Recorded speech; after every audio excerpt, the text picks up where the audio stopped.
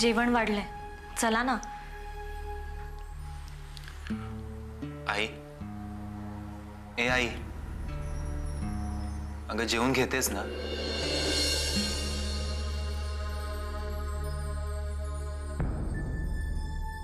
जेवायला जाण्यापूर्वी मला तुमच्याशी काही बोलायचंय. आता नको बोलूस, तुला बरं वाटत नाही ना? जेवून घ्या आधी, चल. मला बोलू दे. शेखर, समीर, संपदा, तुम्हाला तुमच्या वडिलांबद्दल काय वाटत असेल ते वाटू द्या, पण माझ्यासाठी माझे पती म्हणजे माझं सर्वस्व आहे.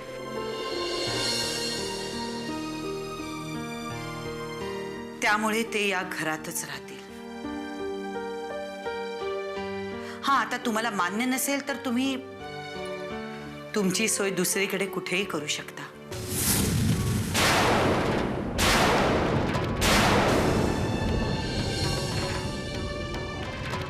या घरात जर त्यांच्याबद्दल एकही शब्द वाकडा बोलला गेला तर मी तो खपवून घेणार नाही. वसुधा, असं बोलू नकोस. अगं कशी वागली तरी मुलं आहेत ती आपली. माझ्यामुळे जर कोणाला हे घर सोडून जावं लागणार असेल तर ते मला सहन होणार नाही. त्यापेक्षा मीच हे घर सोडून जाईन. का? तुम्ही का जायचं? अहो, हे आपलं घर आहे. या घरात कोणी राहायचं आणि कोणी नाही हे मी ठरवेन. अगं आई, हे सगळं नंतरही बोलता येईल ना. तू जेवून झोप बघू. अगं किती त्रास करून घेतेस. हे बघ, मला काही झालेलं नाहीये, मला बोलू दे.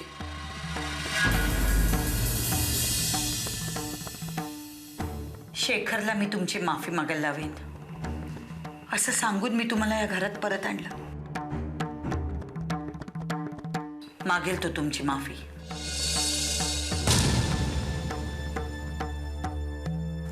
शेखर, माफी माग यांची. वसुधा, नाही शेखर बेटा, त्याची काही गरज नाहीये. नको वाढूस विषय. शेखर, माफी माग. नाही मागणार. शेखर, माफी माग. आई, तू उगाच हे सगळं ताणतेस. जाऊ दे ना ग. हे बघ, तू यात पडू नकोस. मी माफी मागणार नाही. नाही मागणार तू माफी? आता मीच या घरात एक क्षणही थांबणार नाही.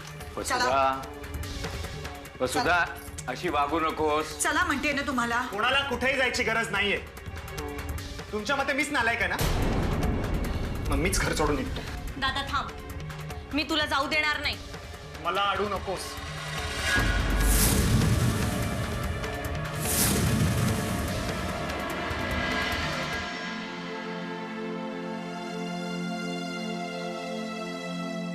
दादा, दादा, दादा, दादा चल ना रे प्लीज. दादा, अरे सगळ्यांनीच डोक्यात राग घालून घेतला तर कसं चालेल?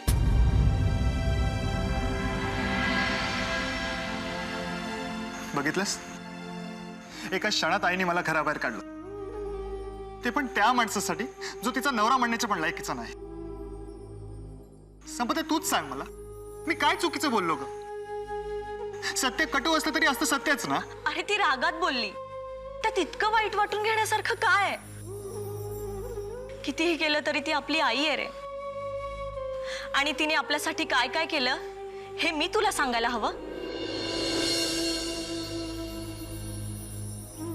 आता मला एक सांग, बाबांची माफी तू मागितली तर काय बिघडणार आहे तुझं?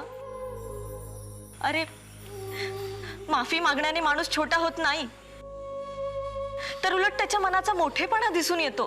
प्रश्न माफी मागण्याचा नाहीये, पण मला त्या माणसाचा तिटकारा होतो. मी नाही बघू शकत ग त्याला माझ्या समोर. तुला सांगितलं ना मी आधीच, त्याच्यामुळे मी खूप काही गमून बसलोय. माझं सुखी बालपण, माझ्या कॉलेजची मजा, तर माझी नोकरी सुद्धा. मी आता निशाला पण गमून बसलोय. हे सगळ्यांना या माणसामुळे झालं. हा जर इथे नसता ना तर हे सगळं घडलंच नसतं. खरं आहे तुझं शेखर. तुझा राग समजू शकतो मी. कदाचित तुला भीती वाटत असेल माझ्या परत येण्यानं तुमच्या आयुष्याची बसलेली घडी विस्कटेल. तू आईवर राग का करतोस? तू हे घर सोडून जाऊ नकोस. तुझ्या आईची शपथ आहे तुला. ठीक आहे, मी या वेळेस आईसाठी म्हणून थांबतोय.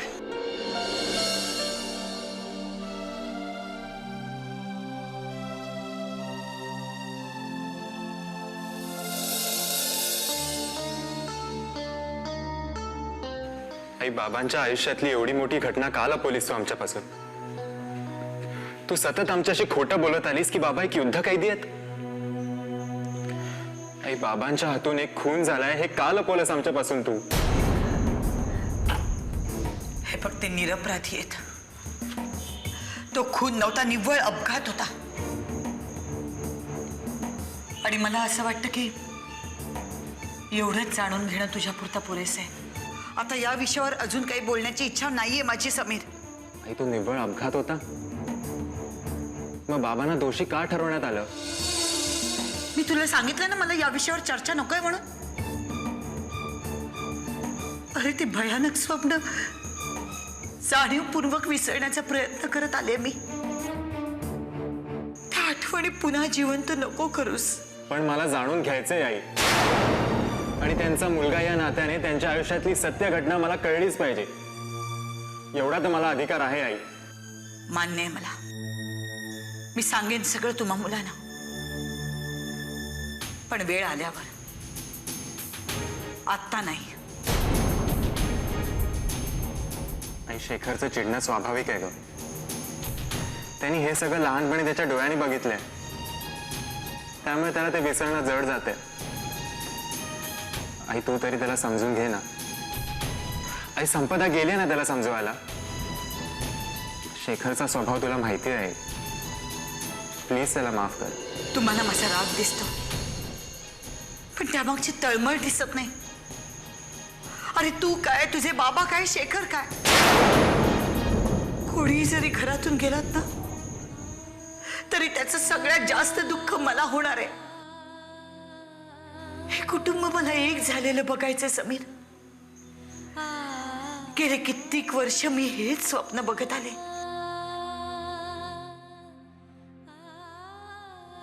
हे सगळं जरी खरं असलं ना समीर, तरी माझ्या नवऱ्याचा अपमान झालेला मी सहन करणार नाही. समजावून सांग त्याला तू. समजावून सांग.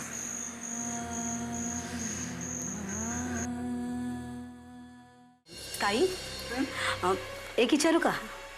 काय ग? नाही म्हणजे ते समीरचे बाबा, त्यानं असं अचानक कसं काय सोडलं? काय म्हणायचंय तुला? तसं नाही, पण येण्याच्या अगोदर पत्र नाही, फोन नाही. अचानकच सोडलं त्यानं. मग आता ते आपल्या इथेच काम करणार ना? मग त्यांनी काय करायचं ते स्वतःच ठरवतील. मी तर म्हणते ताई, त्यांना आपल्या इथेच काम करायला सांगा. अहो तसं बी आपल्या इथे एका माणसाची गरजच आहे ना आपल्याला, बाहेरचे कामं करायला. आणि जेवायला येणाऱ्या पुरुषांशी बोलायला एखादा पुरुष माणूस असा गरजेचा आहे आपल्याला. मग मला ठेवा की, मला ठेवा ना. किती वेळा हकलवायचं रे तुला? किती मार खायचंय तुला? पोलिसांनी एवढं फोडून काढलं तरी समाधान झालं नाही तुझं? अजून मार खायची हौस फिटली नाही वाटतं तुझी? कोण मारणार आहे मला? कोण मारणार? तू? चल गपचूप 2000 रुपये दे. चल आता इथून धक्के मारून बाहेर काढायला सांगू का तुला? जातो मी तर राहायला नाही आलोय, जाणार आहे मी. पण एका अटीवर जाईन मी. या पोळी भाजी केंद्राची अर्धी भागीदारी मला दे. आत्ता जातो मी. एक दमडी मिळणार नाही तुला, सांगून ठेवते. चालतो हो इथून. मला आकलवते, या माझ्या काकूच्या पोळी भाजी केंद्रावर वेटोळ मारून बसलेली नागिण आहेस तू. तू मला आकलवते. हे माझ्या काकूकडून बळकावलंयस तू. हाकलवायची भाषा तू करायची नाही, समजलं काय? वा, आत्ता बरी काकूची आठवण येते तुला. आत्ता पुळका येतोय तिचा. ती आजारी असताना कधी भेटायला आला नाहीस तिला. जिवंत असताना अगदी जीव नकोसा केलास तिचा. मेल्यानंतरही तिच्या टाळूवरचं लोणी खायला कमी केलं नाहीस तू. हे बघ, तू इथून निघून जा, नाहीतर मी आरडाओरडा करेन. ओ दादा, ओ भाऊ. काही नाही झालं, हे आमच्या आपसातलं आहे. बसा बसा तुम्ही, बसा. जाणार आहे मी, तर राहायला आलो नाही. हे माझ्या काकूचं पोळी भाजी केंद्र मी तुला सहजासहजी गिळू देणार नाही, लक्षात ठेव. असाच अधूनमधून त्रास द्यायला येत जाईल.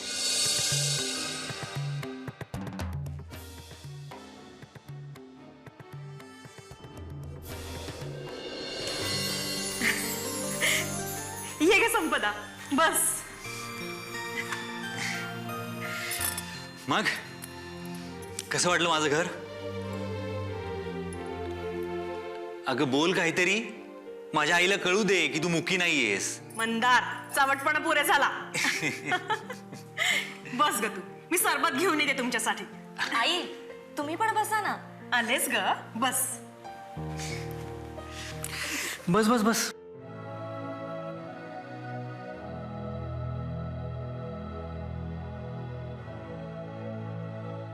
अगं बोल ना, तू काही बोलतच नाहीयेस. अरे काय बोलू, पहिल्यांदाच भेटते ना त्यांना. तू नाही का समीर दादाला भेटल्यावर तत फप करतोस ते? तुझा समीर दादा कसला अडदांडे, त्याच्या पुढे सगळ्यांचीच बोबडी वळेल. ए, समीर दादाला काही बोलायचं नाही हा, आधीच सांगून ठेवते. अच्छा, जरा माझी बाजू घेऊन सुद्धा अशीच भांडत जा ना, मला बरं वाटेल. चल, काही पण काय. काय ग, काय झालं? परत काहीतरी चावटपणा केला वाटतं मंदार. नाही नाही आई, काही नाही. घे. तुझ्या घरी कोण कोण असतं? आई असते, 2 मोठे भाऊ आहेत आणि मी. अच्छा, भाऊ काय करतात तुझे? मोठा भाऊ नोकरी करतोय आणि लहान भाऊ नोकरी शोधतोय. अच्छा, आणि आई? आमचं पोळी भाजी केंद्र आहे. आई सगळं काम तिथे सांभाळते. अरे वा. मी बघ ना, ग्रॅज्युएट असून अजूनही घरीच आहे. आणि वडील कुठे असतात तुझे?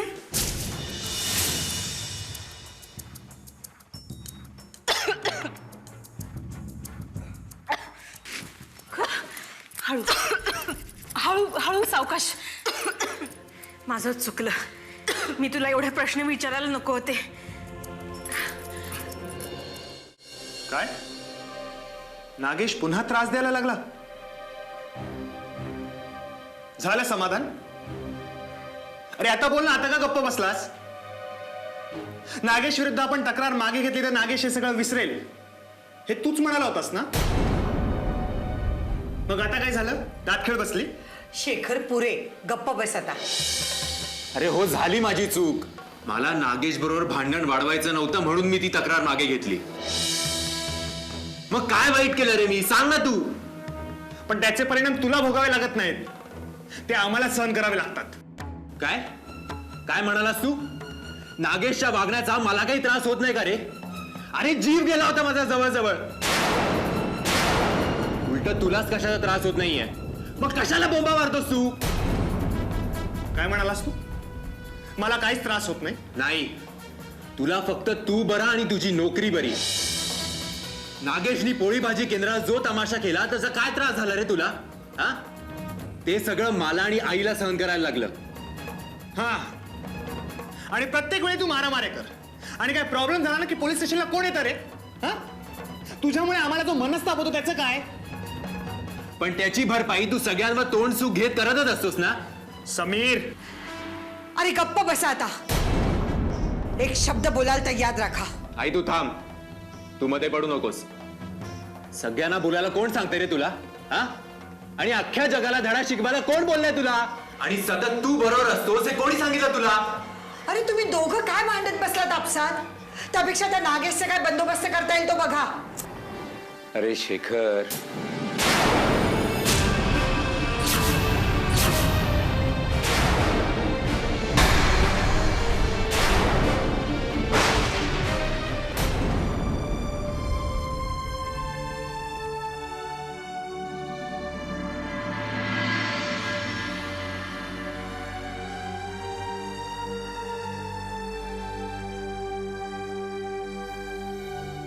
मला वाटतं आपल्याला पोलिसात तक्रार करायला हवी. त्याशिवाय दुसरा उपायच राहिलेला नाहीये. सुद्धा पोलिसात तक्रार करण्यात काहीच अर्थ नाहीये. नागेश परत तिथे नाही आला तर, आणि मी तुला नक्की सांगतो तो येणार नाही परत.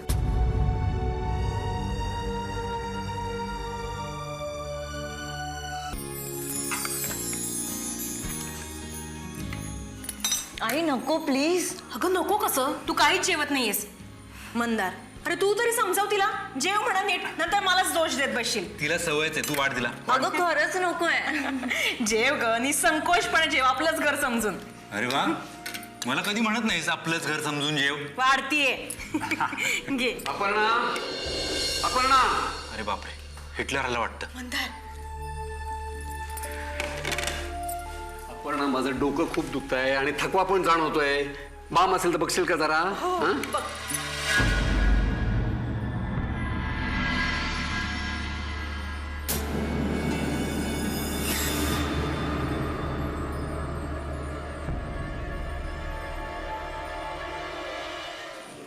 अहो ही संपदा, मंदारची कॉलेजमधली मैत्रीण.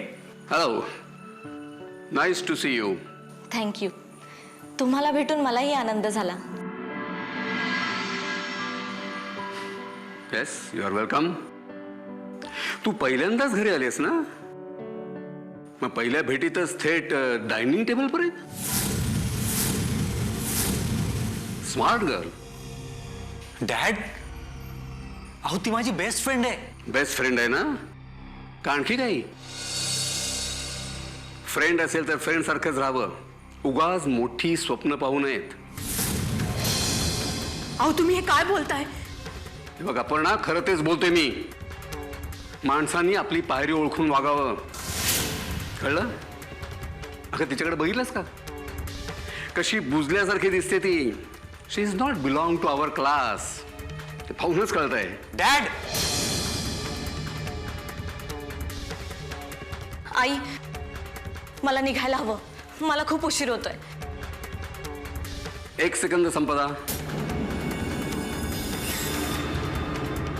तू अपर्णाला काय म्हणालीस? आई? इंटरेस्टिंग. हे बघ, एक गोष्ट लक्षात ठेव संपदा. मला माझ्या मुलाकडून, मंदारकडून खूप मोठ्या अपेक्षा आहेत.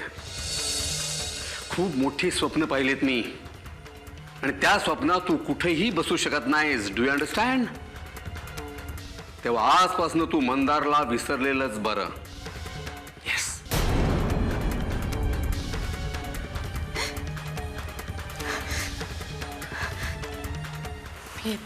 संपदा, संपदा. संपदा. संपदा, अगं संपदा. संपदा, संपदा थांब. संपदा, संपदा.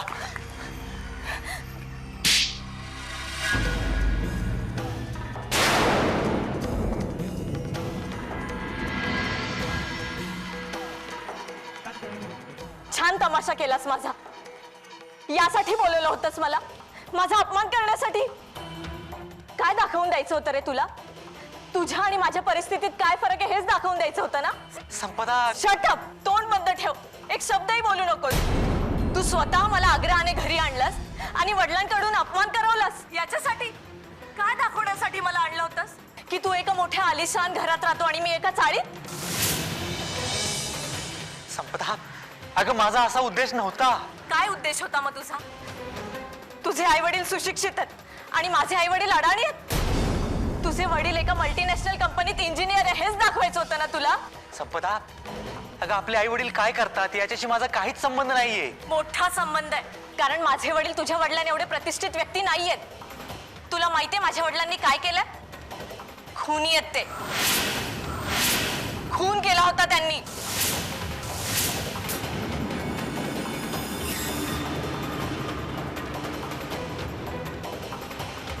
आता का चेहऱ्याचा रंग उडाला? आता कळलं तुला मला काय म्हणायचं होतं ते? हाच फरक आहे तुझ्यात आणि माझ्यात. हे बघ, आपल्यात आता कोणतंही नातं असणं शक्य नाहीये, मैत्रीचंही नाहीये. यापुढे मला भेटूही नकोस. तुझा आणि माझा संबंध संपला. संपदा